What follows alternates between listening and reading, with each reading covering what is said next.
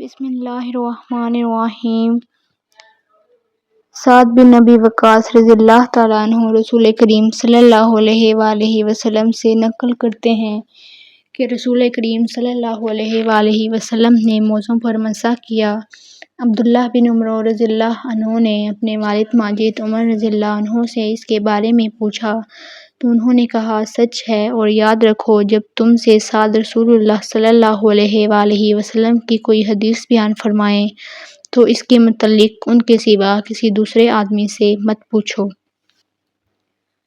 صحیح بخاری حدیث نمبر 202۔ ایک دفعہ آپ صلی اللہ علیہ وآلہ وسلم رفع حاجت کے لیے باہر گئے تو مغیرہ پانی کا ایک برتن لے کر آپ کے پیچھے گئے۔ جب آپ قضائے حاجت سے فارغ ہو گئے تو مغیرہ نے آپ کو وضو کراتے ہوئے آپ کے اعضاء مبارکہ پر پانی ڈالا۔ آپ صلی اللہ علیہ وآلہ وسلم نے وضو کیا اور موزوں پر مسح فرمایا۔ صحیح بخاری حدیث نمبر 203۔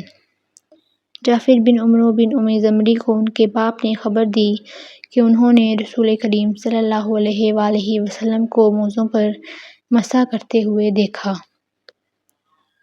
صحیح بخاری حدیث نمبر 204۔ جعفر بن عمرو اپنے باپ سے روایت کرتے ہیں کہ میں نے رسول کریم صلی اللہ علیہ وآلہ وسلم کو اپنے عمامے اور موزوں پر مسح کرتے ہوئے دیکھا۔ صحیح بخاری حدیث نمبر 205۔